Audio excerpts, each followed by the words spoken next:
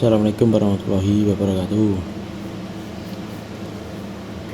Berikut ini akan saya ulas sedikit tentang metode latihan pencak silat, khususnya di rayon kita Narjo. Jadi begini,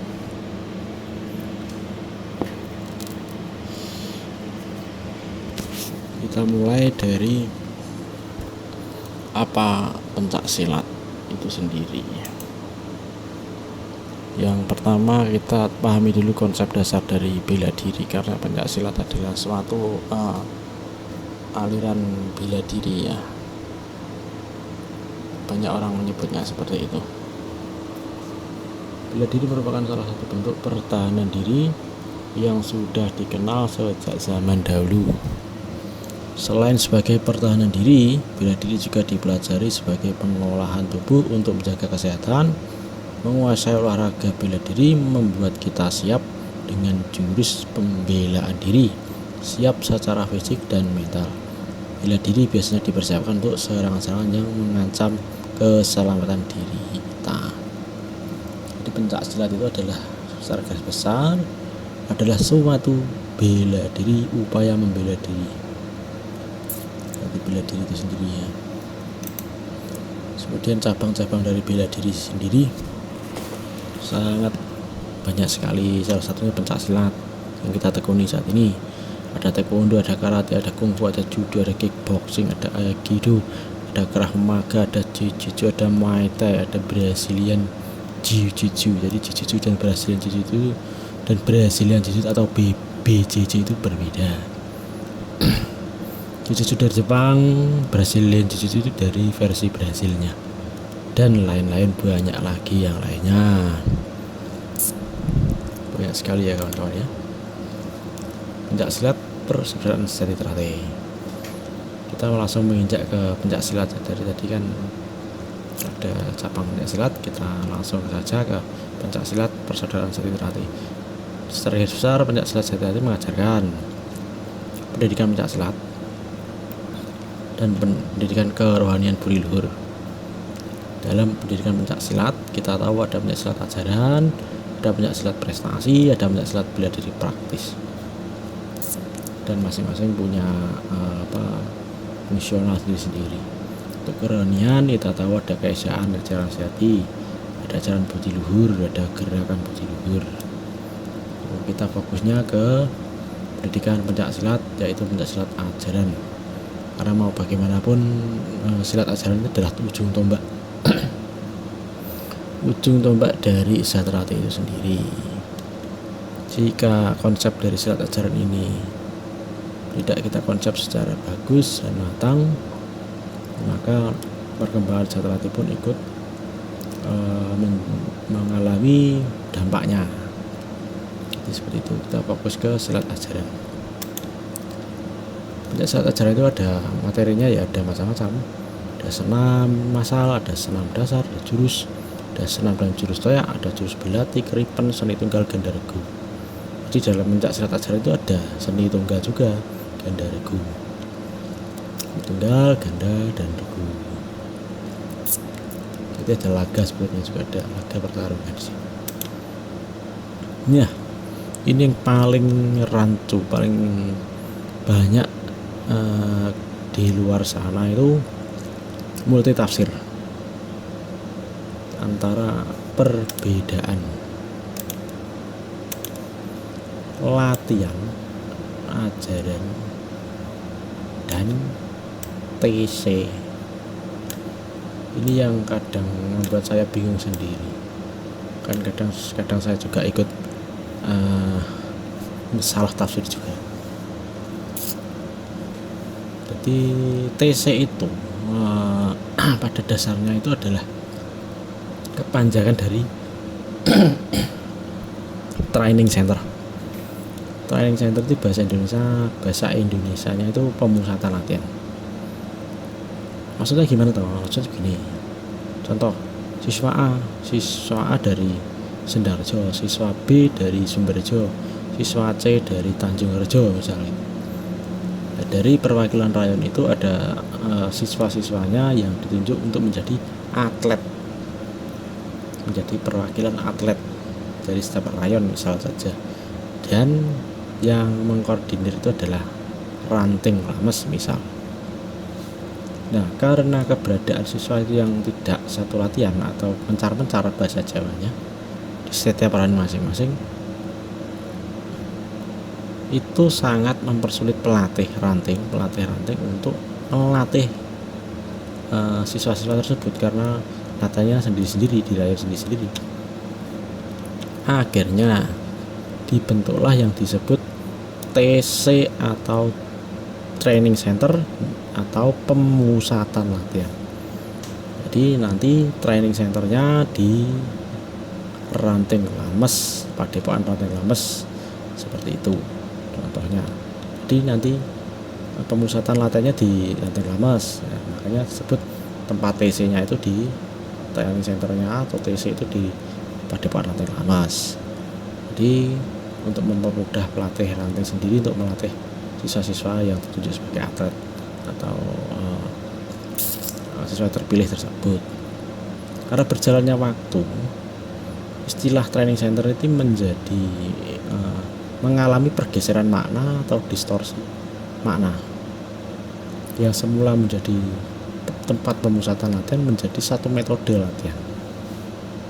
Karena biasa dipakai TC, ayo TC ya, akhirnya dianggaplah TC itu sebagai metode. Jadi sangat jauh sekali antara tempat latihan dan metode latihan, itu sangat dua hal yang sangat berbeda, sekali. Karena sudah menjadi distorsi makna, perubahan makna di kalangan warga Sentrate. Ini saya sebut TC bukanlah mode latihan. Jadi TC itu bukan suatu mode latihan ya kawan-kawan, dulu sedaya. TC itu adalah penyebutan saja. TC hanyalah suatu penamaan untuk mempermudah penyebutan. Dan TC adalah latihan itu sendiri. Jadi karena sudah terlanjur tertafsirkan sebagai metode latihan, tidak apa-apa.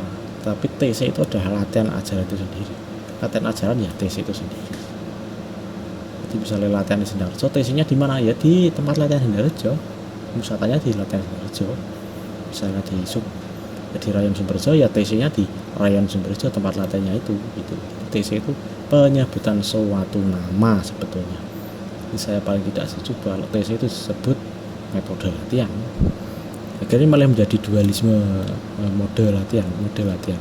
Ada latihan konvensional, coro biasane, ya. Kalau mode TC itu sangat multi tafsir, sulit sekali saya untuk mengartikan kata-kata tersebut. Ya jelas setahu pengalaman saya, TC itu adalah sebutan dari pemusatan latihan atau training center, disingkat TC. Oke, next. Nah, ini adalah suatu bagan yang sudah saya bentuk sedemikian rupa. Ini adalah mode latihan konvensional atau silat ajaran, atau mode-mode yang kita ajarkan pada setiap rayon-rayon, kebanyakan menyerupai seperti ini. Kebanyakan, tidak semuanya, tapi ya kebanyakan seperti ini. Jadi untuk pertama biasanya kita masuk di sesi pemanasan tahu sendirilah ya, mulai dari pemanasan kepala, tangan, kaki, pandangan, dan lain-lain. Setelah sesi pemanasan selesai, dilanjutkanlah ke sesi Asdower. Kita menyebutnya Asdower gitu.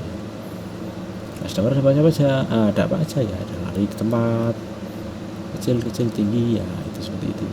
Ada Asdower kaki, terus antara lain ya ada skoja, lompat naik, lompat toyak, seperti itu. Masuk itu adalah Asdower dalam melatih kaki. Setelah itu biasanya dilanjutkan ke latihan tendangan, pasang tendang itu. Kalau saya menyebutnya itu shadow kick. Apa tuh maksudnya shadow kick? Shadow kick itu adalah metode latihan untuk melatih insting sebetulnya. Seidu membayangkan target itu seakan-akan di depan kita menendang, ya, membayangkan target itu ada di depan. Itu namanya seidu kick, tendangan membayangkan target di depannya. Nah, setelah itu baru nanti ada asdawar tangan atau push up. Asdawar tangan itu seperti push up, ada push up kepal, ada push up karet, ada push up dibuka, ada yang setengah, ada lain-lain itu. Nah, setelah asdawar tangan itu kebanyakan biasanya dilanjut ke latihan pukulan, atau saya menyebutnya shadow punch. Jadi membayangkan target itu di depan dan kita memukul. Ada macam-macam, ada pukulan depan, ada swing atas bawah, ada jab, sikut, dan lain-lain, banyak sekali. Itu latihan dengan menggunakan metode shadow. Jadi ada shadow kick, ada shadow punch atau latihan tendangan dan pukulan. Setelah itu biasanya dilanjutkan ke asdawar perut dan pinggang. Antara lain ada sit up atas, sit up bawah, ada spare perut bawah, ada spare lempeng dan lain-lain, banyak sekali. Di sini biasanya yang paling ekstrim di saat-saat seperti ini. Sangat ekstrim lah. Nah, kemudian masuk ke sisi relaksasi. Betulnya bukan relaksasi saya nyebutnya ini, ya masih dalam asdawar. Cuma dia bentuknya nanti seperti roll depan belakang, itu masuknya sebenarnya senam lantai. Istilah asdawar itu biasanya ada roll depan belakang, kataan, jalan bebek, kombinasi tendangan pukulan, seperti itu biasanya itu kan masuknya. Senam lantai saya menyebutnya itu gerakan senam lantai. Nah, setelah itu kita istirahat. Setelah istirahat berapa menit lanjut ke sesi materi senam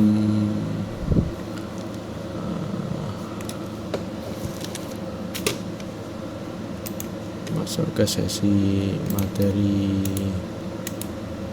sebentar, masuk ke sesi ini, masuk ke sesi materi baku senam dan jurus ini. Ini adalah sesi yang paling penting dan pokok, harus selalu ada dalam jam-jam latihan dan jadwal pertemuan latihan ya. Sesi materi dan materi baku senam dan jurus ini. Bagus atau tidaknya senam dan jurus tergantung pada sesi asdawarnya. Karena disinilah kita memoles, benar-benar memoles dari mulai kaki dan tangan dan lain-lain, dari bentuk-bentuk serangan siswa-siswa kita. Secara garis besar sebetulnya mode latihan konvensional atau yang sering kita sebut latihan ajaran di rayon-rayon itu terdiri dari dua bentuk model latihan. Yang pertama itu yang saya merah ini.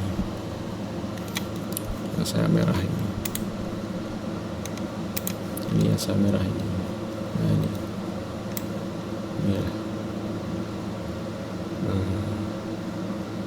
Terdiri dari dua bentuk latihan.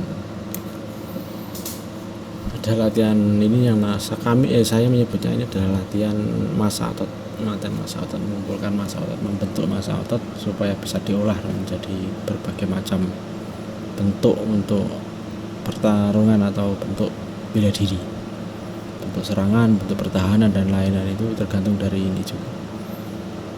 Nah, dalam latihan konvensional itu sebetulnya sangat bagus sekali. Saya mengakui benar-benar metode yang diciptakan oleh Joseph Podolak itu memang luar biasa.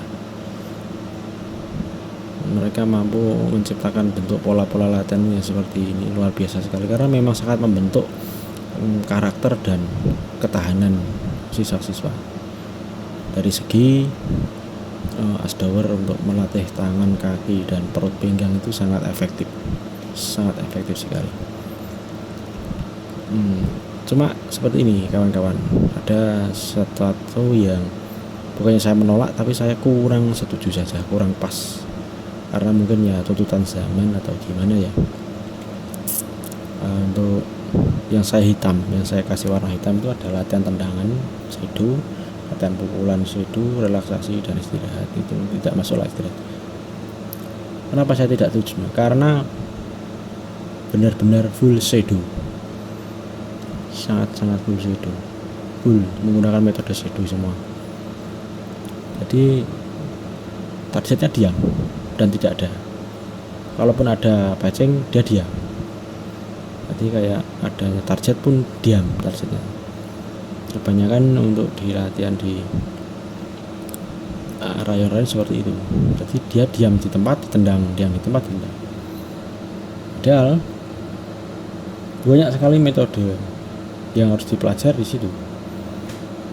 Karena dalam real pertarungan, real fight di gelanggang, disambung istilahnya, itu targetnya mereka bergerak, mereka bisa pasang, mereka bisa ngendo, mereka bisa gunting, mereka bisa balik menyerang. Nah, itu kalau tidak diajarkan juga seperti kenyataan di dalam pertarungan, maka sangat kasihan sekali siswa-siswa nanti. Mereka terbiasa dengan target yang diam dan harus bertarung melawan target yang bergerak. Itu sangat kurang efektif apabila menggunakan metode dengan latihan tendangan dan pukulan seperti yang saya tulis di bawah ini. Jadi perlu adanya metode latihan yang benar-benar sesuai dengan keadaan kenyataannya di dalam ring itu seperti apa. Dan satu lagi, setelah kita melakukan asdawer kaki, tangan, parut, pinggang, sebetulnya sebagai pelatih itu harus bisa mengkonversikan latihan massa otot itu ke dalam bentuk gerakan yang lain. Maksudnya dikonversi, ibarat kita itu memompa ban tanpa kita pakai ban itu, kita diamkan saja, pokoknya dipompa terus, akhirnya meledos, bannya meledak akhirnya. Nah, seperti ini yang saya terangkan ini. Jadi kita memompa terus, siklus latihan itu setiap pertemuan, setiap sesi itu kita pompa terus, kita pompa asdawer seperti yang saya merah-merah ini, kita terus melakukan. Jadi polanya seperti ini nanti.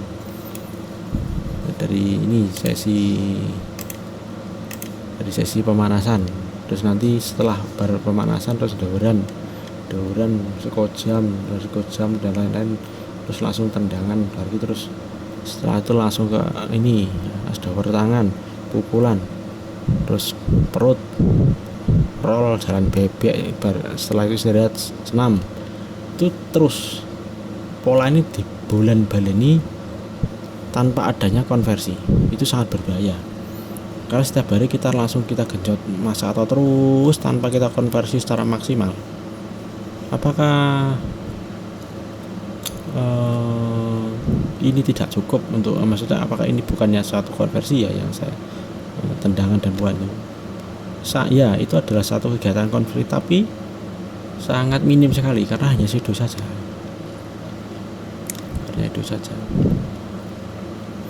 Artinya hanya shadow. Banyak sekali pola-pola latihan lainnya. Jadi bukan shadow saja yang kita pakai, tapi kita perlengkap lagi nanti. Jadi metode sesepuh dulu itu bagus sekali, sangat, karena mungkin zaman dulu itu adalah terciptanya pola seperti ini kemungkinan karena keadaan zaman pada saat itu yang dituntut untuk secara tempat kan minim sekali, secara fasilitas juga sangat minim pada zaman dahulu, dan tingkat keamanan saat latihan pun itu sangat diperhitungkan. Kalau sampai misalnya latihan itu sampai pulang harus bawa patching, bawa apa kan sangat, kalau zaman sekarang kan tidak apa-apa ya. Kalau zaman dulu mungkin karena masih tingginya persaingan antar perguruan, makanya mode latihannya yang penting itu bocah siswa itu bisa dan bagus tendangannya, Jadi metodenya sangat ringkas dan padat. Yang penting tahan dan mampu melawan ketika ada gangguan di jalan seperti itu. Jadi makanya diciptakanlah metode latihan yang ringan, mode latihan yang tidak terlalu rumit pada zaman itu. Karena tuntutan zaman sekarang di semakin banyaknya rivalitas juga, tapi dalam bentuk prestasi, makanya banyak yang mengadopsi mode latihan atlet pencak silat. Nah, kita kembali lagi juga. Jadi TC, apakah TC itu hanya untuk atlet atau sebenarnya tidak? Apakah yang mau belajar latihan atlet itu harus atlet? Tidak, siswa pun boleh, diwajibkan sekali malah. Kalau bisa siswa itu harus model latihannya ya seperti atlet pada umumnya, karena memang zamannya sama seperti sekarang ini.